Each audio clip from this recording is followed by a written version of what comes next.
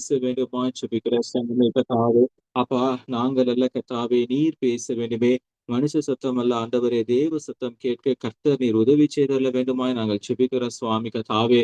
எந்த நோக்கத்துக்காக கர்த்தர் நீர் எங்களை தெரிந்து கொண்டீரோ, அந்த நோக்கம் முற்றிலுமாய் ஆண்டவரே நிறைவேற கர்த்தர் உதவி செய்துள்ள ஆண்டவரே, நீர் பெரிய தேவன், பெரிய காரியங்களை நீர் செய்ய போகிறதற்காக உமக்கு நன்றி சுவாமி கர்த்தாவே. இந்த நாளிலும் கர்த்தாவே வந்திருக்கிறதான ஜனத்து நிலவரத்துக்கு ஏற்றவாறு கர்த்தர் நீர் பேச வேண்டுமாய் ஜெபிக்கிறோம். அடியேனை மறைத்து நீர் வெளிப்பட சுவாமி கர்த்தாவே. நீர் பெருகும், நாங்கள் சிறுகும், எங்களை தாழ்த்தி ஒப்புக் கொடுக்கிறோம், பொறுப்படுத்திக் கொள்ளும். இயேசுவின் மூலம் ஜெபிக்கிறோம் ஜீவனுள்ள நல்ல பிதாவே. ஆமென், ஆமென். கர்த்தருடைய பரிசுத்த நாமத்திற்கு மகிமை உண்டாகட்டும். இந்த காலை வேளையிலும் கூட கர்த்தருடைய சமூகத்தில் தாகத்தோடும் வாஞ்சையோடும் வந்திருக்கிறதான நமக்கு கர்த்தர் தருகிறதான வார்த்தை என்னவென்றால், நாளாகமத்தின் புஸ்தகம் 15ஆம் அதிகாரம் 34வது வசனம். 1 நாளாகமத்தின் புஸ்தகம் 15ஆம் அதிகாரம் 34வது வசனம். கர்த்தரை துதியுங்கள், அவர் நல்லவர், அவர் கிருபை என்றும் உள்ளது. ஆமென். கர்த்தரை துதியுங்கள், அவர் நல்லவர், அவர் கிருபை என்றும் உள்ளது. கர்த்தருடைய பரிசுத்த நாமத்திற்கு மகிமை உண்டாகட்டும். வாசிக்கப்பட்டதான இந்த வாக்குத்தத்த வசனமானது நாம் எல்லாருக்கும் பரிச்சயமான ஒரு வாக்குத்தத்த வசனம்தான்.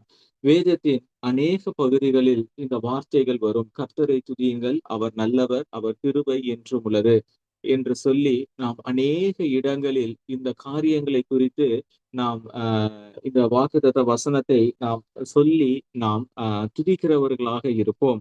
ஆனால் இந்த வாக்குத்தத்த வசனம் இந்த 1 நாளாகமத்தின் புஸ்தகத்தில் இந்த வாக்குத்தத்த வசனத்தை ஏன் இங்கே சொல்லப்பட்டிருக்கிறது, எதற்காக இங்கே முக்கியத்துவம் கொடுக்கப்பட்டிருக்கிறது என்று சொல்லி பார்ப்போமேயானால், இந்த அதிகாரத்தின் துவக்கத்தில் நாம் பார்க்கும் பொழுது ராஜாவாகிய தாவீது கர்த்தருடைய உடன்படிக்கை பெட்டியை தன்னுடைய கூடாரத்தின் நடுவே அங்கே கொண்டு வந்து வைத்து அவன் பலிகளை செலுத்தி அவன் களி கூறுகிறதான அந்த நேரத்தில் தான் அவன் ஆசாப் என்கிறதான தலைவனுக்கு ராக தலைவனுக்கு அவனோடு கூட இருந்தவர்களுக்கும் இதை துதியாக பாட சொல்லி இந்த அதிகாரத்தில் உள்ளதான வாக்கு தத்தங்களை அவருக்கு சொல்லி அதை துதிக்க சொல்லி அங்கே அவர் கொடுக்கிறதை நாம் காணலாம். கர்த்தருடைய பரிசுத்த நாமத்திற்கு மகிமை உண்டாகட்டும். தாவீதுனுடைய வாழ்க்கை சரித்திரத்தில் தாவீதுனுடைய வாழ்க்கையை நாம் வேதத்தில் நாம் வாசிப்போமேயானால், தாவீதுனுடைய ஒவ்வொரு வாழ்க்கையும் அவனுடைய சுவிசேஷ பிரயாணத்தை அதை அங்கே நாம் காண முடியும். நாம் தாவீதுனுடைய வாழ்க்கையில் சுவிசேஷ பிரயாணம் என்று சொல்லி புதிய ஏற்பாட்டில் நாம் காணலாம். ஆனால் பழைய ஏற்பாட்டில் ஒரு சுவிசேஷ பிரயாணம் உண்டு என்று சொல்லி பார்ப்போமேயானால், தாவீதுனுடைய ஜீவியத்தை நாம் சுவிசேஷ பிரயாணமாக பகுதி 1, 2, 3 என்று சொல்லி 3 விதங்களில் அவனுடைய சுவிசேஷ பிரயாணத்தை நாம் காண முடியும். ஆகவே அவனுடைய ஜீவியத்தில் கர்த்தர் செய்ததான கிரியைகளை நாம் ஒவ்வொரு இடத்தில் அவன் வரும்பொழுது அவன் எப்படியெல்லாம் கர்த்தர் அவனோடு கூட கிரியை செய்தார், அவன் மூலமாக கர்த்தர் தன்னுடைய சத்துருக்களை எப்படியெல்லாம் அவர் ஜெயித்தார் என்பதை அறிந்து கொள்ளத்தக்கதாக கர்த்தர் அவன் மூலமாக ஒரு காரியத்தை செய்தார். தாவீதை குறித்து பார்க்கும் பொழுது அவன் சுவிசேஷத்தை அவன் தைரியமாய் பிரசங்கிக்கிறவனாக, கர்த்தரே தேவன் என்று பிரசங்கிக்கிறவனாக இல்லாமல் இருந்தாலும், கர்த்தருடைய கிரியைகளை அவன் சொல்லி அவன் செய்கிறதான காரியங்கள் எல்லாம் கர்த்தரை முன்னிலைப்படுத்தி தன்னை ஒரு மாதிரியாக அவன் வைத்தது நிமித்தம் அவனே ஒரு சுவிசேஷமாக அவன் மற்ற ஜனங்களுக்கு முன்பாக மாற்றப்பட்டான். அது நிமித்தமாக தான் தாவீதுடைய ஜீவியத்தில் நாம் பார்க்கும் பொழுது அதை நாம் சுவிசேஷ பிரயாணமாக நாம் காண முடியும். அப்படிப்பட்டதான அந்த சுவிசேஷ பிரயாணத்தில் தாவீதுடைய ஜீவியத்தில் இந்த நாளாகமத்து புஸ்தகத்தின் இந்த 16வது அதிகாரம் மிகவும் முக்கியமான ஒரு அதிகாரமாய் இருக்கிறது. காரணம், கர்த்தருடைய பெட்டியை அவன் எப்பொழுது தன்னுடைய கூடாரத்தில் கொண்டு வந்தானோ, அந்த கொண்டு வரும் பொழுது அவன் மிகவும் ஆடி பாடி அவன் அதற்கு முன்பாக பெட்டிக்கு முன்பாக அவன் நடனமாடி கர்த்தரை துதித்து கொண்டு வந்தான் என்பதை குறித்து 15ஆம் அதிகாரத்தில் நாம் காணலாம். கர்த்தருடைய பரிசுத்த நாமத்திற்கு மகிமை உண்டாகட்டும்.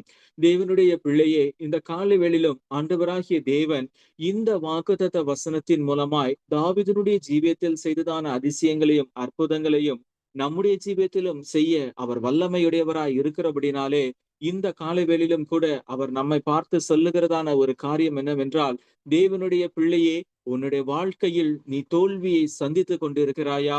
உன்னுடைய ஜீவியத்தில் நீ ஒரு சறுக்கலான பாதைகளில் நீ கடந்து சென்று கொண்டிருக்கிறாயா?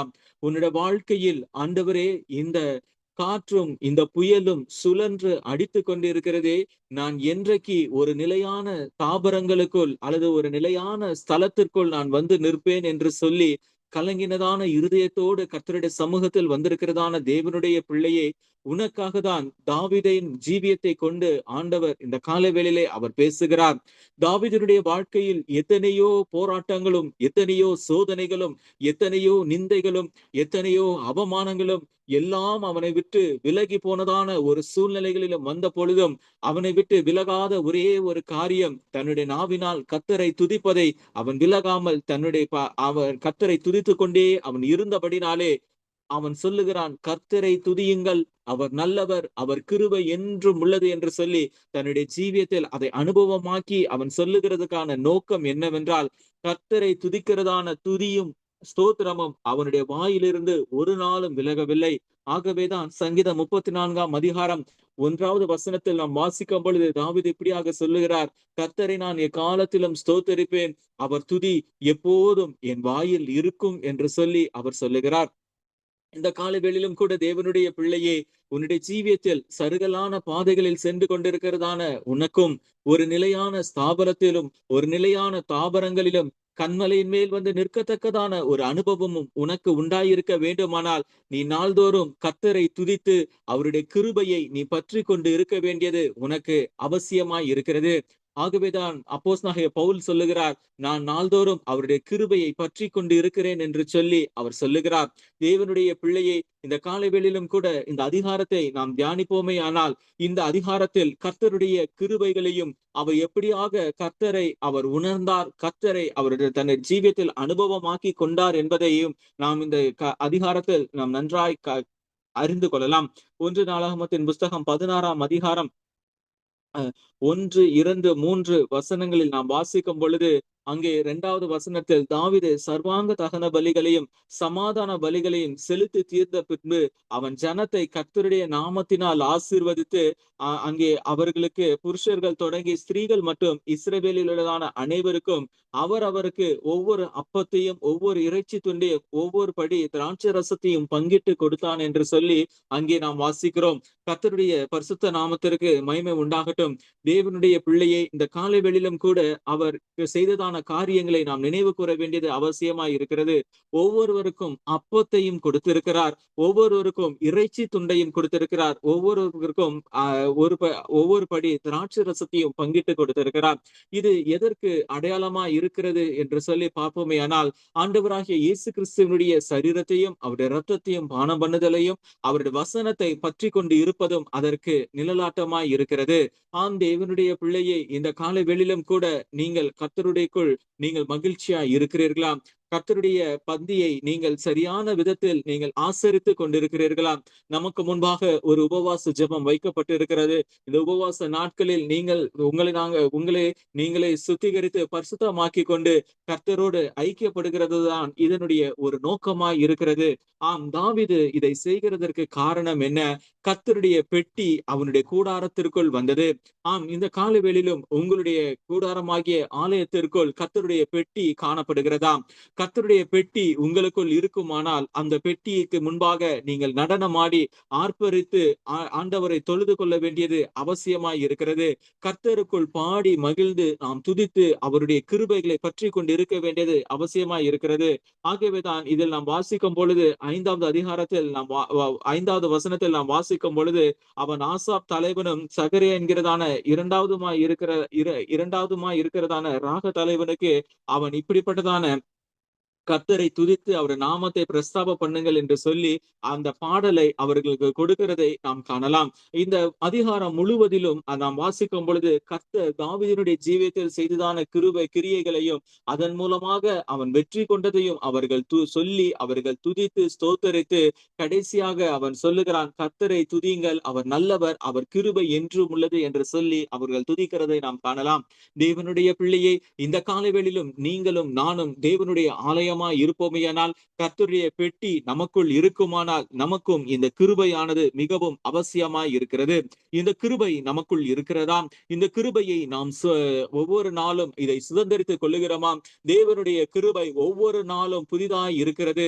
அந்த புதிய கிருபைகளை நாம் ஒவ்வொரு நாளும் நாம் அனுபவிக்கிறோமா என்பதை குறித்து தான் நாம் இன்றைக்கு நாம் தியானிக்க போகிறோம். இந்த காலை வேளையிலும் கூட தேவனுடைய கிருபையை குறித்து நாம் பார்க்கும் பொழுது, வேதத்தில் அநேக கிருபைகளை குறித்து சொல்லப்பட்டிருக்கிறது. அதில் சுருக்கமாக சில கிருபைகளை நான் சொல்லி இந்த இந்த காலை வேளையில நாம் கர்த்தருடைய வார்த்தையை நாம் தியானிக்க போகிறோம். முதலாவதாக, நாம் ஜீவிப்பதற்கு நமக்கு கிருபை மிக மிக அவசியம். ஏனென்றால் கிருபை இல்லாமல் நம்மால் இந்த ஜீவியத்தை நாம் செய்ய முடியாது.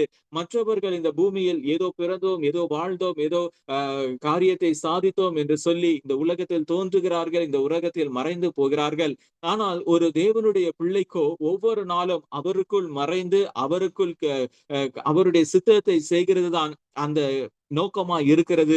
அந்த சித்தத்தை செய்வதற்கு தேவனுடைய கிருபை நமக்கு அவசியமா இருக்கிறது. ஆகவேதான் அப்போஸ்தலனாகிய பவுல் அவர் சொல்லும் பொழுது அவர் சொல்லுகிறார், இனி நான் அல்ல, கிறிஸ்துவே எனக்குள் பிழைத்திருக்கிறார் என்று சொல்லி அவர் தன்னை முற்றிலுமாக அவர் வெறுத்து ஒதுக்கிவிட்டு அவர் கிறிஸ்துவினுடைய கிருபைகளை அவர் சார்ந்து கொள்ளுகிறபடினால் அவர் இப்படியாக தைரியமாக சொல்லுகிறார், இனி நான் அல்ல, கிறிஸ்துவே எனக்குள் பிழைத்திருக்கிறார். அப்படி என்றால் அதனுடைய அர்த்தம், நான் என்னுடைய சுயத்திற்கு நான் மரித்தேன், தேவனுடைய கிருபையினால் நான் நடக்கிறேன் என்று சொல்லி அவருடைய கிருபையை அவர் சார்ந்து அவர் செல்லுகிறார். ஆகவேதான் பிலிப்பியர் 4ஆம் அதிகாரம் 13வது வசனத்தில் அவர் சொல்லும் பொழுது, என்னை பலப்படுத்துகிற கிறிஸ்துவினாலே எல்லாவற்றையும் செய்ய எனக்கு பலன் உண்டு என்று சொல்லி அவர் தன்னுடைய கிருபையை சார்ந்து கொண்டு அவர் அந்த பலத்தை என்னால் செய்ய முடியும் என்பதை அவர் கிறிஸ்துவினுடைய கிருபையை கொண்டு அவர் சொல்லுகிறதை நாம் காணலாம். தேவனுடைய பிள்ளையை இந்த காலை வேளையிலும் கூட உங்களுக்கும் அப்படிப்பட்டதான ஒரு விசுவாசமும் ஒரு நம்பிக்கையும் வேண்டுமானால் உங்களுக்குள்ளும் இந்த கிருபை இருக்க வேண்டியது அவசியமாய் இருக்கிறது. முதலாவதாக புலம்பலின் புஸ்தகம் 3ஆம் அதிகாரம் 22, 23 வசனங்களை நாம் வாசிப்போமே ஆனால் அங்கே சொல்லப்பட்டிருக்கிறது, நாம் நிர்மூலமாகாதிருக்கிறது கர்த்தருடைய கிருபையே, அவருடைய இரக்கங்களுக்கு முடிவில்லை, அவைகள் காலைதோறும் புதியவைகள், உமது உண்மை பெரியதாய் இருக்கிறது என்று சொல்லி அங்கே வாசிக்கிறோம். ஒவ்வொரு நாளும் நாம் ஜீவனோடு இருப்பது அவருடைய கிருபையாய் இருக்கிறது. அவருடைய கிருபைகள் காலைதோறும் புதியவைகளாய் இருக்கிறது என்று சொல்லி புலம்பலின் புஸ்தகத்தில் அங்கே நாம் வாசிக்கிறோம்.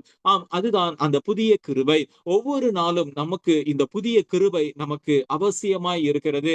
இந்த புதிய கிருபை நமக்குள் இருந்தால் மாத்திரம்தான் நாம் நிர்மூலமாகாமல் நாம் அவருடைய சந்நிதியில் நாம் நிற்க முடியும். நாம் நிற்பதும் நாம் நிர்மூலமாகாதிருப்பதும் கர்த்தருடைய சுத்த கிருபையாய் இருக்கிறபடினாலே நாம் அந்த கிருபையை நாம் சார்ந்து கொண்டு இருக்க வேண்டியது அவசியமா இருக்கிறது. அவருடைய இரக்கங்கள் முடிவில்லாமல் இருக்கிறபடினாலே நம்முடைய தப்பிதங்களை அவர் பாராதபடிக்கு நாம் அவருடைய சமூகத்தில் வந்து நிற்கும்படியாக கர்த்தர் நமக்கு அந்த கிருபைகளை தருகிறார். இந்த கிருபைகளை நாம் சரியான விதத்தில் நாம் உபயோகப்படுத்த வேண்டியது அவசியமா இருக்கிறது. அவருடைய கிருபையை நாம் நஷ்டப்படுத்தி போடுவோமே ஆனால் அதற்கு பிற்பாடு நமக்கு அந்த கிருபையை அவர் அவருடைய கிருபையை நாம் அனுபவிப்பதற்கு அது சாத்தியமில்லாமல் அது போய்விடும். ஆகவேதான் இந்த ஒவ்வொரு நாளும் இந்த புதிய கிருபையை நாம் ஒவ்வொரு நாளும் அதிகாலையில் நாம் பெற்றுக்கொள்ள வேண்டியது அவசியமா இருக்கிறது. ஆகவேதான் நீதிமொழிகளின் புஸ்தகத்தில் நாம் வாசிக்கும் பொழுது, அது என்னை சிநேகிக்கிறவர்களை நான் சிநேகிக்கிறேன், அதிகாலையிலே என்னை தேடுகிறவர்கள் என்னை கண்டடைவார்கள் என்று சொல்லி நாம் நீதிமொழிகளின் புஸ்தகத்தில் நாம் வாசிக்கிறோம். தேவனுடைய பிள்ளையே, என்னை தேடுகிறவர்கள் என்னை கண்டடைவார்கள் என்று சொல்லப்படும் பொழுது அதிகாலையிலே நாம் அவரை தேடும் பொழுது அந்த கிருபையானது நமக்காக கொடுக்கப்படுகிறது. ஒவ்வொருவருக்காகவும் ஆண்டவர் ஒவ்வொரு கிருபையை கர்த்தர் தருவார். அந்தந்த நாளுக்கான கிருபைகளை அதிகாலையிலே நாம் பெற்றுக்கொள்ளும் பொழுது அந்தந்த நாளுக்கான காரியங்களை நாம் ஜெயிப்பதற்கு அது உதவி செய்கிறதா இருக்கும். இரண்டாவதாக பார்க்கும் பொழுது அவருடைய கிருபையை குறித்து பார்க்கும் பொழுது அவருடைய கிருபை தயவு செய்யும் கிருபையாக காணப்படுகிறது. ஆதியாகமம் 39ஆம் அதிகாரம் 21வது வசனத்தில் நாம் வாசிக்கும் பொழுது கர்த்தரோ யோசேப்போடே இருந்து அவன் மேல் கிருபை வைத்து சிறைச்சாலை தலைவனுடைய தயவு அவனுக்கு கிடைக்கும்படி செய்தார் என்று சொல்லி அங்கே நாம் வாசிக்கிறோம். தேவனுடைய பிள்ளையை, இந்த காலை வேளையிலும் ஏதோ ஒரு காரியத்தில் உனக்கு தயவு உண்டாகும்படி நீ காத்து கொண்டிருக்கிறாயோ, கர்த்தருடைய கிருபையை சார்ந்து கொள், கர்த்தரை துதியுங்கள், அவர் நல்லவர், அவர் கிருபை என்றும் உள்ளது என்று சொல்லி அவரை துதித்து அவருடைய கிருபையை சார்ந்து கொள். கர்த்தர் எப்படி யோசேப்புக்கு சிறைச்சாலை தலைவனுடைய கண்களில் அவனுக்கு இரக்கம் கிடைக்கும்படி கர்த்தர் தயவு செய்தாரோ, அதுபோல இன்றைக்கும் இந்த காலை வேளையிலும் கூட ஆண்டவருடைய கிருபை கிருபை உங்கள் மேல் தயவு அளவில்லாமல் பொழிந்தருளி அவர் உங்களுக்கும் அந்த கிருபையை தர வல்லமையுடையவராய் இருக்கிறார். ஆம், இந்த காலவெளியிலும் கூட யோசேப்பை குறித்து பார்க்கும் பொழுது, யோசேப்பு அவன் உண்மையுள்ளவனாய் இருந்தும் அவன் சிறைச்சாலையில் வைக்கப்பட்டிருந்தான். இந்த சிறைச்சாலை எதை காண்பிக்கிறது என்று சொல்லும் பொழுது, அது பாடுகளின் ஜீவியத்தை காண்பிக்கிறது. இந்த பாடுகளின் ஜீவியத்தில் தான் ஆண்டவருடைய கிருபையை நாம் உணர்ந்து கொள்ள முடியும். கர்த்தர் நம்மோடு கூட இருக்கிறதை நாம் உணர்ந்து கொள்ள முடியும். ஆகவேதான் யோசேப்புக்கு அந்த ஒரு சிறைச்சாலை வைக்கப்பட்டிருந்தது. தேவனுடைய பிள்ளையே, இந்த காலைவேளையிலும் கூட காற்றும் புயலும் உன்னுடைய ஜீவியத்தில் அலைக்கழித்துக் கொண்டிருக்கிறதா? உன்னுடைய கப்பல், விசுவாச கப்பலானது மோதி அடிக்கிறதான அலைகளில் தத்தளித்துக் கொண்டிருக்கிறதா? நீங்கள் கவலைப்பட வேண்டாம், நீங்கள் சோர்ந்து போக வேண்டாம். தேவனுடைய தயவுள்ள கிருபை உங்களுக்கு கிடைத்திருக்கிறபடினாலே அவர் உங்களை பத்திரமாய் கொண்டு போய் கரை சேர்ப்பார். காரணம், அவர் உங்கள் மேல் வைத்ததான கிருபை பெரியது, அவர் உங்கள் மேல் வைத்ததான நோக்கம் பெரியது. ஆகவேதான் யோசேப்பை கர்த்தர் அந்த பாடுகளினூடாய் அவனை அனுமதித்த பொழுது, அந்த பாடுகளினூடாய் அவன் கடந்து சென்ற பொழுது, அவனுக்கு கர்த்தர் வைத்ததான ஒரு முடிவு என்னவென்றால், முழு ராஜ்யத்திற்கும் அவனை அதிகாரியாக கர்த்தர் மாற்றினார். ராஜாவுக்கு அடுத்ததான ஒரு ஸ்தானத்தில் கர்த்தர் அவனை கொண்டு போய் வைத்தார். தேவனுடைய பிள்ளையை, இந்த காலைகளிலும் தயவு செய்கிறதான கிருபையை நீ சார்ந்து கொள்வாயானால், அந்த தயவு செய்கிறதான கிருபையை கிடைக்கும்படி கர்த்தர் உனக்கு அவர் தயை பாராட்டி எல்லா ஜனங்களுக்கு முன்பாகவும் கர்த்தர் உன்னை மேன்மைப்படுத்த அவர் வல்லமையுடையவராய் இருக்கிறார். மூன்றாவதாக இந்த கிருபையை குறித்து பார்க்கும் பொழுது, இந்த கிருபையை பெயர் சொல்லி அழைக்கும் கிருபை என்று சொல்லி நாம் வேதத்தில் காணலாம். யாத்திராகமம் 33ஆம் அதிகாரம் 17வது வசனத்தில் நாம் வாசிக்கும் பொழுது, அங்கே கர்த்தர் மோசேயை நோக்கி, நீ சொன்ன இந்த வார்த்தையின்படி செய்வேன், என் கண்களில் உனக்கு கிருபை கிடைத்தது, உன்னை பெயர் சொல்லி அழைத்து அறிந்திருக்கிறேன் என்றார் என்று சொல்லி அங்கே வாசிக்கிறோம். தேவனுடைய பிள்ளையே, இந்த காலைவேளையிலும் ஆண்டவராகிய தேவன் உங்களை பார்த்து சொல்லுகிறதான ஒரு காரியம் என்னவென்றால், என்னுடைய கண்களில் உனக்கு தயவு கிடைத்தது என்று சொல்லி இந்த காலைவேளையிலே ஆண்டவர் உங்களை பார்த்து சொல்லுகிறார். ஆம், கர்த்தர் என்னை மறந்து விட்டாரோ, என்னுடைய கூப்பிடுதலின் சத்தம் கர்த்தருடைய செவிகளில் கேட்கவில்லையோ என்று சொல்லி கலங்கி கொண்டிருக்கிறதான தேவனுடைய பிள்ளையே, கர்த்தருடைய வார்த்தை உனக்கு உண்டாயிருக்கிறது. என்னுடைய கண்களில் உனக்கு கிருபை கிடைத்தது. இந்த காலை வேளையிலே ஆண்டவர் உன்னை பார்த்து சொல்லுகிறார், கிருபை பெற்றவளே, நீ பாக்கியவதி என்று சொல்லி கர்த்தர் உன்னை ஆசீர்வதிக்கிறார். தேவனுடைய பிள்ளையை, உன்னை தாயின் வயிற்றில் உருவாகும் முன்னே உன்னை பெயர் சொல்லி அழைத்து அறிந்ததான தேவன் உன்னை பார்த்து சொல்லுகிறார், என்னுடைய கண்களில் உனக்கு கிருபை கிடைத்தது. நீ செல்லுகிறதான இடத்திலெல்லாம் நான் உனக்கு ஜெயத்தை தருவேன். நான் உனக்கு முன்னே போய் கோணலானவைகளை செவ்வையாக்குகிற உன் தேவனாகிய கர்த்தர் நானே என்று சொல்லி உன் வலது கையை பிடித்து அவர் உன்னை பலப்படுத்துகிற தேவனா இந்த காலை வேளையிலே அவர் உன்னோடு கூட அவர் பேசி கொண்டிருக்கிறார். தேவனுடைய பிள்ளையை, எத்தனை பேர் இந்த கிருபையை நீங்கள் விசுவாசிக்கிறீர்கள்? ஆம், நான் என்னை பெயர் சொல்லி அழைத்தது உங்க கிருபைதான் ஆண்டவரே. என்னை ஆண்டவரே தாயின் கருவிலும் உலையான சேற்றிலும் பாவத்தின் சிற்றின்பத்திலும் ஆண்டவரே அப்பா எதற்கும் உதவாத என்னையும் ஆண்டவரே என்னை தூக்கி எடுத்து உம்முடைய ரத்தத்தினால் கழுவி என்னை சுத்திகரித்து வைத்து ஆண்டவரே என்னை பேர் சொல்லி அழைத்தது உங்க கிருபைதான் ஆண்டவரே என்று சொல்லி எத்தனை பேர் நீங்கள் ஆண்டவருடைய கிருபையை நீங்கள் சார்ந்து கொண்டு ஜீவிக்கிறீர்கள்? உங்களுடைய கர்த்தருடைய கிருபையை நீங்கள் சார்ந்து கொள்வீர்களானால் கர்த்தருடைய வார்த்தை இந்த காலவேளையிலே உங்களுக்கு உண்டாயிருக்கிறது. என்னுடைய கண்களில் தேவனுடைய பிள்ளையை உனக்கு கிருபை கிடைத்தது என்று சொல்லி ஆண்டவர் இந்த காலவேளையிலே உங்களை பலப்படுத்துகிறவராய் இருக்கிறார். நான்காவதாக பார்க்கும் பொழுது, இந்த கிருபையை பார்க்கும் பொழுது கர்த்தருடைய வேதம் சொல்லுகிறது, சதா காலமும் இருக்கிறதான கிருபை என்று சொல்லி இந்த கிருபையை குறித்து சொல்லப்பட்டிருக்கிறது. 1 நாளாகமம் 16ஆம் அதிகாரம் 34வது வசனத்தில் நாம் வாசிக்கும் பொழுது அங்கே சொல்லப்பட்டிருக்கிறது, அவருக்கு நாம் வாசித்தான இந்த வசனம் தான், கர்த்தரை துதியுங்கள், அவர் நல்லவர், அவர் கிருபை என்றும் உள்ளது. ஆம், சதா காலமும் என்று உள்ளதான கிருபை. ஆம், இந்த கிருபையை தான் சங்கீதம் 136வது சங்கீதத்தில் நாம் வாசிக்கும் பொழுது அங்கே சதா காலமும் உள்ளதான கிருபை எப்படியெல்லாம் தாவீதுனுடைய ஜீவியத்தில் கிரியை செய்தது என்பதை தான் அங்கே நாம் வாசிக்கிறோம். ஆம், இந்த 136வது சங்கீதத்தில் நாம் வாசிக்கும் பொழுது அங்கேயும் சொல்லப்பட்டிருக்கிறது, கர்த்தரை துதியுங்கள், அவர் நல்லவர், அவர் கிருபை என்றும் உள்ளது. சதா காலங்களிலும் உள்ளதான கிருபை எப்படியெல்லாம் தாவீதுனுடைய ஜீவியத்தில் துவக்கம் முதல் முடிவு மட்டும் இருந்தது என்பதை தான் அங்கே அந்த 136வது சங்கீதமாக அவர் பாடலாக அங்க பாடியிருக்கிறார். ஆம், அதனுடைய கடைசியில் நாம் வாசிக்கும் பொழுது அங்க சொல்லப்பட்டிருக்கிறது, நம்முடைய சத்துருக்களுடைய கையிலிருந்து நம்மை விடுதலை ஆக்கினவரை துதியுங்கள். அவர் கிருபை என்றும் உள்ளது. மாம்ச தேகம் உள்ள யாவுக்கும் ஆகாரம் கொடுக்கிறவரை துதியுங்கள். அவர் கிருபை என்றும் உள்ளது.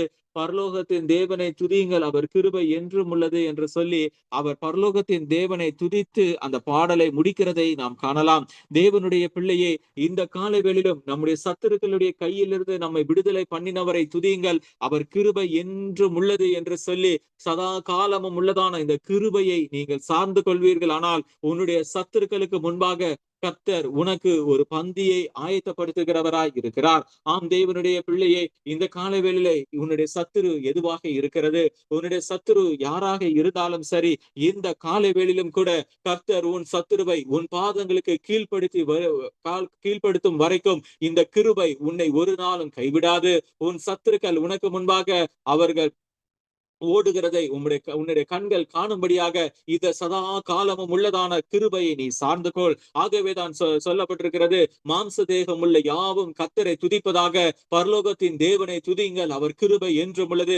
மாம்ச தேகம் உள்ள யாவும் கர்த்தரை துதிக்க வேண்டுமானால் அகில சிருஷ்டிகளும் கர்த்தரை துதிக்கும் பொழுது ஜீவனுள்ள சுவாசம் உள்ள கர்த்தருடைய ஜீவனும் சுவாசத்தையும் நாம் சுவாசித்துக் கொண்டிருக்கிற மனுஷர்களாகிய நாம் தேவனை துதியாமல் இருப்பது எப்படி?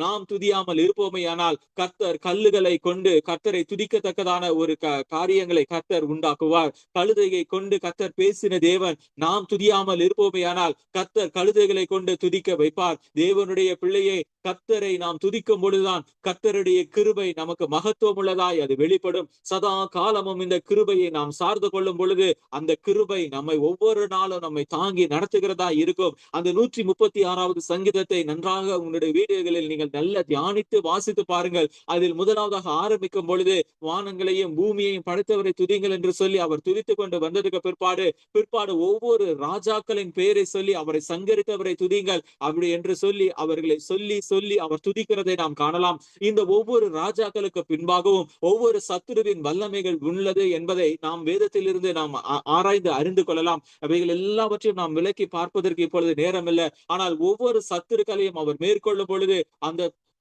சத்துருக்களை மேற்கொள்ளும் பொழுது அந்த ராஜாக்களுடைய பெயரை சொல்லி எமோரியரின் ராஜாவை சங்கரித்தவரை துதியுங்கள், அவர் கிருபை என்றும் உள்ளது. பாசானின் ராஜாவாகிய ஓகையை அடித்தவரை துதியுங்கள், அவர் கிருபை என்றும் உள்ளது என்று சொல்லி ஒவ்வொரு ராஜாக்களுடைய பெயரும் சொல்லி வருகிறார். கடைசியாக அவர் சொல்லுகிறார், பிரபலமான ராஜாக்களை அழித்தவரை துதியுங்கள், அவர் கிருபை என்றும் உள்ளது என்று சொல்லப்பட்டிருக்கிறது. தேவனுடைய பிள்ளையே, உன்னுடைய வாழ்க்கையிலும் கூட இப்படிப்பட்டதான பல ராஜாக்களும் பல ராஜாக்கள் வல்லமைகளும் உனக்கு விரோதமாக எழுப்பி கொண்டிருக்கிறார். ஒருவேளை ஒரு சத்துரு உனக்கு முன்பாக பெரிய கோலியாத்தை போல் நின்று கொண்டிருக்கலாம். ஆனால் கர்த்தருடைய வார்த்தை இன்றைக்கு உனக்கு முன்பாக உண்டாயிருக்கிறது. சதா காலமும் உள்ளதான இந்த கிருபையை நீ சார்ந்து கொள்வாயானால் மாம்ச தேகம் உள்ள யாவும் கர்த்தரை துதிப்பதாக என்று சொல்லப்பட்டது போல இந்த சதா காலம் உள்ளதான கிருபையை நீ சார்ந்து கொண்டு துதிப்பாயானால் பிரபலமான ராஜாக்களையும் பிரபலமான கிரியைகளை செய்கிறதான பெரிய வல்லமையுடையதான சத்துருக்களையும் உனக்கு முன்பாக அவர் முறிந்து ஓட செய்வார். தேவனுக்கு முன்பாக ஒரு வல்லமையும் நிற்க முடியாது.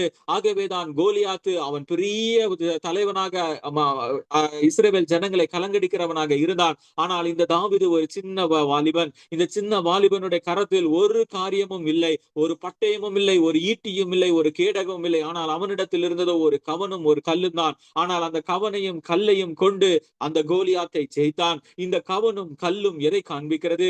கல் என்று சொல்லும் பொழுது அது திட அஸ்திபாரமான மூளைக்கல் ஆகிய ஆண்டவராகிய இயேசுவை காண்பிக்கிறது. கவன் என்று சொல்லும் பொழுது தேவனுடைய கிருபையை காண்பிக்கிறது. இந்த கிருபையும் ஆண்டவராகிய இயேசுவினுடைய வார்த்தைகளையும் கொண்டும் இயேசுவையும் கொண்டும் ஆண்டவராகிய இயேசுவின் நாமத்தினால் இந்த சத்ருவின் கோட்டைகளை நாம் தகர்த்தெறியத்தக்கதான வல்லமை இன்றைக்கும் கர்த்தர் நமக்கு தருகிறார். என் நாமத்தினாலே நீங்கள் எவைகளை கேட்டாலும் அதை பெற்றுக் கொள்வீர்கள் என்று சொன்னதான தேவனுடைய இந்த கிருபையை நீங்கள் சார்ந்து கொள்வீர்களானால் இந்த காலவேளையிலே சதா காலம் உள்ளதான கிருபை உங்களுக்கு உண்டாயிருக்கும். ஐந்தாவதாக பார்க்கும் பொழுது இந்த கிருபையை குறித்து பார்க்கும் பொழுது இது விடுதலை ஆக்குகிறதான கிருபை என்று சொல்லி நாம் வேதத்தில் வாசிக்கிறோம்.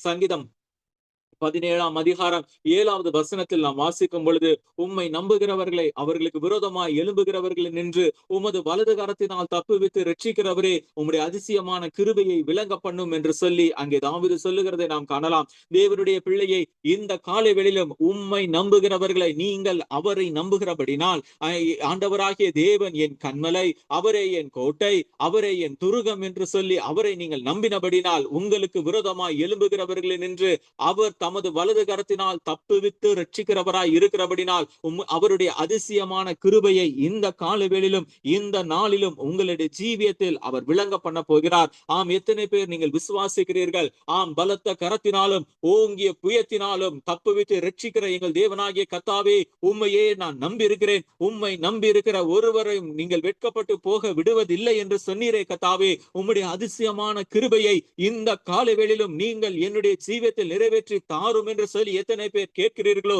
அந்த அதிசயமான கிருபையை கர்த்தர் உங்களுடைய வாழ்க்கையிலும் இன்றைக்கு அவர் தர விரும்புகிறார். அந்த அதிசயமான கிருபையை நீங்கள் உங்களுடைய ஜீவியத்தில் நீங்கள் உணர்ந்து அதை உங்களுடைய ஜீவியத்தில் அனுபவமாக்கும் பொழுது தேவனுடைய அதிசயமான வழி நடத்துதலையும் தேவனுடைய அதிசயமான தொடுதலையும் நீங்கள் உணர்ந்து கொள்வீர்கள்.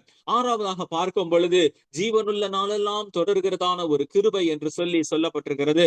சங்கீதம் 23ஆம் அதிகாரம் 6வது வசனத்தில் நாம் வாசிக்கும் பொழுது, என் ஜீவனுள்ள நாளெல்லாம் நன்மையும் கிருபையும் என்னை தொடரும், நான் கர்த்தருடைய வீட்டிலே நீடித்த நாட்களாய் நிலைத்திருப்பேன் என்று சொல்லி சொல்லப்பட்டிருக்கிறது.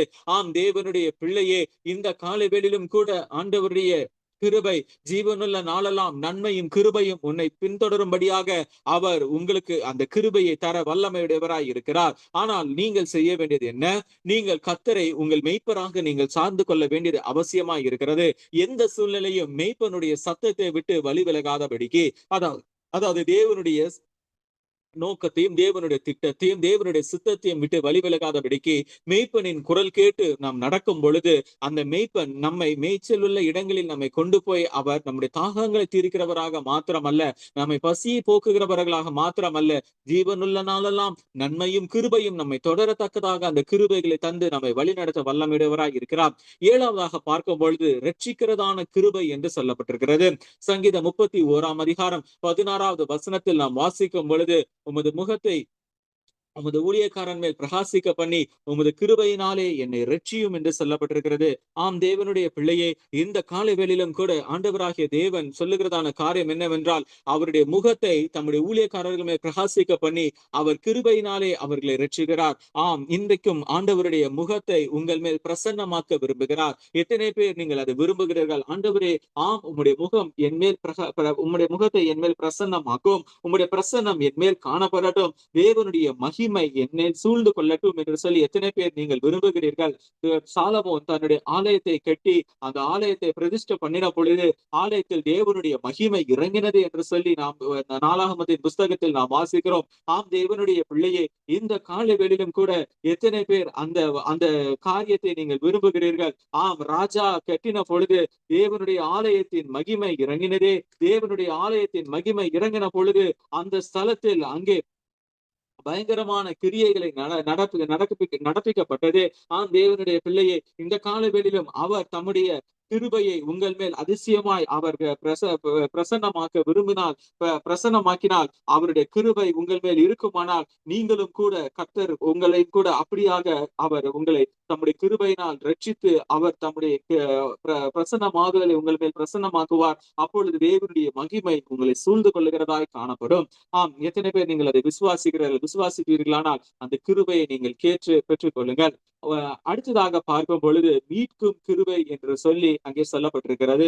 இந்த மீட்கும் கிருபையை குறித்து பார்க்கும் பொழுது சங்கீதம் 44ஆம் அதிகாரம் 26வது வசனத்தில் நாம் வாசிக்கும் பொழுது, எங்களுக்கு ஒத்தாசையாக எழுந்தருளும் உங்களுடைய கிருபை நிமித்தம் எங்களை மீட்டு விடும் என்று சொல்லப்பட்டிருக்கிறது.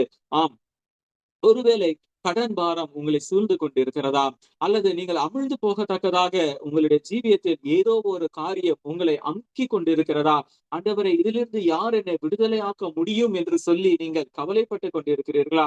தேவனுடைய பிள்ளையே, இந்த காலை வேளையிலே இந்த வாக்குத்தத்த வசனத்தை நீங்கள் பிடித்துக் கொண்டு, கர்த்தாவே, எனக்கு ஒத்தாசையாக எழுந்தருளும் உங்களுடைய கிருபை நிமித்தம் என்னை மீட்டு விடும் என்று சொல்லி அவரை நோக்கி நீங்கள் கூப்பிடுவீர்களானால், நீங்கள் எந்த இடத்தில் நீங்கள் அமிழ்ந்து போகிறதான இடத்தில் இருக்கிறீர்களோ அந்த இடத்தில் இருந்து அதிசயம் அதிசயமான கரம் உங்களுக்காக நீட்டப்பட்டு அவர் ஒத்தாசையாக எழுந்தருளி உங்களை அந்த அடிமைத்தனத்தின் நுகத்தில் இருந்து உங்களை மீட்டு விட வல்லமையுடையதான அந்த கிருபையை உங்களுக்கு தந்து உங்களை மீட்டு ரட்சிக்க வல்லமையுடையவராய் இருக்கிறார். ஆகவேதான் தாவீது சொல்லுகிறார், எங்களுக்கு ஒத்தாசையாக எழுந்தருளும் ஆண்டவரே என்று சொல்லி அவர் கூப்பிடுகிறார். எத்தனை பேர் நீங்கள் இந்த வார்த்தையை சொல்லி ஆண்டவரை கூப்பிட போகிறீர்கள்? ஒருவேளை கடன் உங்களை அமிழ்த்து கொண்டிருக்கலாம், வட்டியின் மேல் வட்டி கொடுத்து நீங்கள் அமிழ்ந்து கொண்டு இருக்கலாம், அல்லது கணவனுக்கு தெரியாமல் மனைவி சில இடங்களில் காசு வாங்கி அதை செலுத்த முடியாமல் இருக்கலாம், மனைவிக்கு தெரியாமல் கணவர் சில இடங்களில் காசு வாங்கி அதை செலுத்த முடியாமல் இருக்கலாம், அநேகர் வட்டிக்கு பணம் வாங்கி அந்த வட்டி செலுத்த முடியாமல் அதிக இடத்தில் செலவழித்துக் கொண்டிருக்கலாம். இப்படி பல இடங்களில் பலவிதமான சிக்கல்களில் சிக்கி கொண்டு இருக்கலாம். தேவனுடைய பிள்ளையே, கர்த்தருடைய வார்த்தை உன்னை பார்த்துதான் வருகிறது. ஆண்டவரே, நீ ஆண்டவரை நோக்கி கூப்பிடும் பொழுது, ஆண்டவரே எனக்கு ஒத்தாசையாக எழுந்தருளும், உம்முடைய கிருபை நிமித்தம் என்னை மீட்டுவிடும் என்று சொல்லி நீங்கள் கூப்பிடுவீர்கள். ஆனால் எப்பேற்பட்ட சூழ்நிலைகளில் இருந்தாலும் தேவனுடைய வல்லமை உங்களை மீட்டெடுக்க வல்லமையுடையதான் இருக்கிறது. தேவனுடைய அதிசயமான கிருபைகளை நீங்கள் உணர்வீர்கள். தேவன் உங்களை அதிசயமாய் ஆச்சரியமான விதத்தில் உங்களை மீட்டெடுத்து அவர் விடுதலையாக்க வல்லமுடையவராய் இருக்கிறார். கடைசியாக பார்க்கும் பொழுது பலப்படுத்துகிற கிருபை என்று சொல்லி நாம் வேதத்தில் வாசிக்கிறோம். 2 கொரிந்தியர் 12ஆம் அதிகாரம் 9வது வசனத்தில் நாம் வாசிக்கும் பொழுது, என் கிருபை உனக்கு போதும், பலவீனத்திலே என் பலன் பரிபூர்ணமாய் விளங்கும் என்று சொல்லி அங்கே வாசிக்கிறோம். ஆம் தேவனுடைய பிள்ளையே, இந்த காலை வேளையிலும் கூட ஒருவேளை உங்களுடைய ஜீவியத்தில் ஒரு பலவீனம் உங்களை தாக்கி கொண்டு இருக்குமானால், கர்த்தருடைய சமூகத்தில் இந்த நேரத்தில் தாமே அந்த இடத்தில் உங்களுடைய வலது கையை வைங்கள். எந்த இடத்தில் உங்களுக்கு அந்த சத்துருவின் போராட்டம் காணப்படுகிறதோ, எந்த இடத்தில் உங்களுக்கு வியாதியின் வல்லமை உங்களை அலக்களித்துக் கொண்டிருக்கிறதோ, அந்த இடத்தில் அந்த உங்களுடைய வலது கையை வைத்து நீங்கள் சொல்லுங்கள், என்னுடைய பலவீனத்திலே கர்த்தருடைய பலன் பூரணமாய் விளங்கும் என்று சொல்லி அந்த சத்துருவை நீங்கள் அதட்டி ஜெயிக்க போகிறோம். ஆம், நீங்கள் விசுவாசிப்பீர்களானால் நிச்சயமாகவே இன்றைக்கு கர்த்தர் உங்களுக்கு அந்த பலவீனத்தில் ஒரு விடுதலை கர்த்தர் தர விரும்புகிறார். எத்தனை பேர் நீங்கள் விசுவாசிக்கிறீர்கள்? ஆம், என்னுடைய சரீரத்தில் என்னை அலக்களித்துக் கொண்டிருக்கிறதான இந்த வியாதியின் வல்லமை, இந்த போராட்டத்தின் வல்லமை, ஒருவேளை டிப்ரெஷனாக இருக்கலாம், ஒருவேளை ஸ்ட்ரெஸ் ஆக இருக்கலாம், ஒருவேளை வியாதியின் வல்லமைகளாக இருக்கலாம், சில வேளை பலவிதமான சூழ்நிலைகளில் உங்களால் கான்சென்ட்ரேஷன் பண்ண முடியாதபடிக்கு உங்களுடைய சிந்தையை வேற இடத்துக்கு அழைத்து சென்று கொண்டிருக்கிறதான பொல்லாத வல்லமையாக இருக்கலாம். எதுவாக இருந்தாலும் இயேசுவின் நாமத்தில் வானோர் பூதலத்தோர் பூமியின் கீழானோர் எல்லாருடைய கால்களும் முடங்க வேண்டியதான் அந்த இயேசுவின் நாமத்தில் விசுவாசம் உள்ளவர்களாய், இயேசுவின் நாமத்தில் என்னுடைய பலவீனத்தில் இயேசுவின் பலன் பூர்ணமாய் விளங்கும். சத்துருவே, உனக்கு என் மேல் அதிகாரம் இல்லை, இயேசுவின் நாமத்தினால் நான் விடுதலை ஆனேன் என்று சொல்லி நீங்கள் விசுவாசத்தோடு இப்பொழுது நீங்கள் அறிக்கை செய்வீர்களானால் இயேசுவினுடைய கரம் உங்களை தொடுகிறதை நீங்கள் உணர்வீர்கள். இந்த காலவெளியிலே அவருடைய விடுதலையாக்குகிறதான கிருபை உங்களை தொட்டு அது சுகமாக்குகிறதான கிருபையாய் அது இறங்கி கொண்டிருக்கிறது. கர்த்தரை நோக்கி கூப்பிடுங்கள், கர்த்தரை துதியுங்கள், அவர் கிருபை என்றும் உள்ளது என்று சொன்னீரே. தேவாதி தேவனே, உம்முடைய கிருபை என்றைக்கும் அதிசயமாய் விளங்க பண்ணுகிறவரே, இந்த காலவெளியிலும் கூட ஆண்டவரே, என்னுடைய சரீரத்தில் பலவீனப்படுத்திக் கொண்டிருக்கிற இந்த பொல்லாத சத்துருவின் மேல் உம்முடைய கிருபை இறங்குமானால், என்னுடைய பலவீனத்தில் ஆண்டவரே உம்முடைய கிருபை பூரணமாய் விளங்கும் என்றால், இந்த சத்துருவே என்னை விட்டு விலகி செய்யும்படி ஆண்டவராகிய தேவன் நீர் எனக்காக இறங்கி கிரியை செய்யும் ஆண்டவரே என்று சொல்லி நீங்கள் கூப்பிடுவீர்களானால், கூப்பிடுகிற ஒவ்வொருவரையும் கர்த்தர் விடுதலையாக்க வல்லமையுடையவராய் இந்த காலை வேளையிலே இறங்கி வந்திருக்கிறார். தேவனுடைய பிள்ளையை, இது நீ அமைதியாக இருக்க வேண்டியதான ஒரு நேரம் அல்ல. இந்த காலை வேளையிலே தேவனுடைய பிரசன்னமாகுதலை நீ உணர்ந்து கொள்வாயானால், இந்த காலை வேளையிலே ஆவியானவர் உன்னோடு பேசிக் கொண்டிருக்கிறதை நீ உணர்ந்து கொள்வாய். இந்த காலை வேளையிலே உன் சத்துருக்களை உன் பாதங்களுக்கு கீழ் நசுக்கி போடத்தக்கதாக இதோ சர்வ வல்லமையுள்ளதான தேவன் உனக்கு முன்பாக அவர் ஆர்ப்பரித்துக் கொண்டிருக்கிறார். அவர் யூதா கோத்திரத்து சிங்கமாய் உனக்கு முன்பாக நின்று கொண்டிருக்கிறார். அந்த கர்த்தராகிய தேவனை நீ விசுவாசித்து அவரை நோக்கி இப்பொழுது இந்த காலை வேளையிலே கூப்பிடுவாயானால், உன்னை அதிசயங்களை காணும்படி இதோ உன் சத்துருவை உன் பாதத்தின் கீழ் நசுக்கி போட்டார். ஹல்லேலூயா. ரிபா கரபா துடா பக்கடபோ ஷிடிபி கலபாரியா ரமங்கா துடா. தேவனுடைய பிள்ளையே, இதோ விசுவாசத்தோடு உன்னை நோக்கி உன்னுடைய இந்த வார்த்தை வந்து கொண்டிருக்கிறது. நிச்சயமாய் நான் உன்னை தப்புவித்து உன் சத்துருக்களுக்கு முன்பாக நான் உன்னை ஆசீர்வதித்து உன் பேரை நான் பெருமைப்படுத்துவேன், நீ ஆசீர்வாதமாய் இருப்பாய் என்று சொல்லி ஆண்டவராகிய தேவன் இந்த கால வேளையிலே உனக்கு முன்பாக ஒரு வாக்குத்தத்தத்தை வைக்கிறார். தேவனுடைய பிள்ளையை இந்த வாக்குத்தத்தத்தை சுதந்தரித்துக்கொள். இது இன்னும் உனக்காகவே இந்த கர்த்தர் உன்னோடு பேசிக் கொண்டிருக்கிறார். எனக்கு ஒத்தாசையாக எழுந்தருளும் கர்த்தாவே என்று நீ கூப்பிட்ட உனக்காகவே ஆண்டவருடைய கிருபையை கர்த்தர் உனக்கு தந்து கொண்டிருக்கிறார். விசுவாசத்தோடு கண்களை மூடி அவரை நோக்கி நீங்கள் துதிக்க ஆரம்பிங்கள். அவருடைய கிருபை உங்கள் மேல் அளவில்லாமல் ஊற்றிக் கொண்டிருக்கிறார். தேவ பிள்ளையை இந்த கிருபையை நீ சார்ந்து கொள். இந்த கிருபையை உனக்கு இன்றைக்கு கர்த்தர் தருகிறார். இந்த கிருபையை நீ பெற்றுக்கொள்ளும் போதெல்லாம் இந்த கிருபை உன்னை தாங்கும், உன்னை ஏந்தும், உன்னை சுமக்கும், உன்னை தப்புவிக்கும், உன்னை எல்லா தீங்குக்கும் விலக்கி பாதுகாக்கும். கர்த்தருடைய கிருபை என்றும் உள்ளது என்று சொல்லி அவரை விசுவாசித்து ஸ்தோத்திரீங்கள். கர்த்தர் தாமே நமக்கு உதவி செய்வாராக. ஹalleluya, ஹalleluya. எல்லாரும் கண்களை மூடி ஜெபிக்க ஆரம்பிக்கலாம். ஸ்தோத்திரம், ஸ்தோத்திரம், ஸ்தோத்திரம், ஸ்தோத்திரம். எங்களை நேசிக்கிற நல்ல ஆண்டவரே அப்பா, இந்த காலை வேளையிலும் ராஜா நீர் எங்களோடு பேசின நல்ல வார்த்தைகளுக்காக ஸ்தோத்திர சுவாமி கர்த்தாவே. ஆண்டவரே, கர்த்தரை துதியுங்கள். அவர் நல்லவர், அவர் கிருபை என்றும் உள்ளது என்று சொல்லி கர்த்தர் இந்த காலை வேளையில நீர் எங்களோடு பேசினீரே, அந்த நல்ல வார்த்தைகளுக்காக ஸ்தோத்திர சுவாமி. கர்த்தர் தந்த விடுதலைக்காக ஸ்தோத்திரம். ஆண்டவரே, நீ தந்த புதிய கிருபைக்காக ஸ்தோத்திரம். உம்முடைய தயவு செய்யும் கிருபைக்காக ஸ்தோத்திரம். பெயர் சொல்லி அழைத்த கிருபைக்காக ஸ்தோத்திரம். சதா காலம் உள்ள கிருபைக்காக ஸ்தோத்திரம். ஆண்டவரே, விடுதலை ஆக்குகிறதான கிருபைக்காக ஸ்தோத்திரம். ஆண்டவரே, எங்க ஜீவனாலெல்லாம் கிருபை எங்களை தொடர்கிறபடியால் உமக்கு ஸ்தோத்திரம். ரட்சிக்கிற கிருபைக்காக ஸ்தோத்திரம். அதிசயமான கிருபைக்காக ஸ்தோத்திரம். மீட்கும் கிருபைக்காக ஸ்தோத்திர சுவாமி. கடைசியாக பலப்படுத்துகிற கிருபைக்காக உமக்கு ஸ்தோத்திர சுவாமி. இன்னும் அநேக கிருபைகள் உண்டு கர்த்தாவே. அவைகள் எல்லாம் நாங்கள் தியானிக்க கர்த்தர் எங்களுக்கு கிருபை செய்யும் பாராட்டும். சகல துதியும் கனமும் மகிமையும் உமக்கு செலுத்துகிறோம். இயேசுவின் மூலம் ஜெபிக்கிறோம் ஜீவனுள்ள நல்ல பிதாவே. ஆமென், ஆமென், ஆமென். கர்த்தர் நம்முடைய ஜெபத்தை பொறுப்பெடுத்தார், ஆசீர்வதித்தார். அதற்காக கர்த்தரை நன்றியோடு ஸ்தோத்திரப்படுவோம். ஸ்தோத்திரம், ஸ்தோத்திரம், ஸ்தோத்திரம், ஸ்தோத்திரம். துவக்கம் முதல் முடிமட்டும் கர்த்தருடைய ஆவியான நம்ம மத்தியில் அசைவாடினார். அதற்காக ஸ்தோத்திரம் பண்ணுவோம். ஸ்தோத்திரம், ஸ்தோத்திரம், ஸ்தோத்திரம், ஸ்தோத்திரம், ஸ்தோத்திரம், ஸ்தோத்திரம், ஸ்தோத்திரம், ஸ்தோத்திரம். நம்முடைய பாடல் பகுதிகள், ஜெபங்கள் எல்லாவற்றையும் கர்த்தர் ஆவிக்குள்ளாக மாற்றி தந்தார். அதற்காக ஸ்தோத்திரம் பண்ணுவோம். ஸ்தோத்திரம், ஸ்தோத்திரம், ஸ்தோத்திரம். கர்த்தர் நம்மோடு பேசின நல்ல வார்த்தைகளுக்காக ஸ்தோத்திரம் பண்ணுவோம். ஸ்தோத்திரம், ஸ்தோத்திரம், ஸ்தோத்திரம்.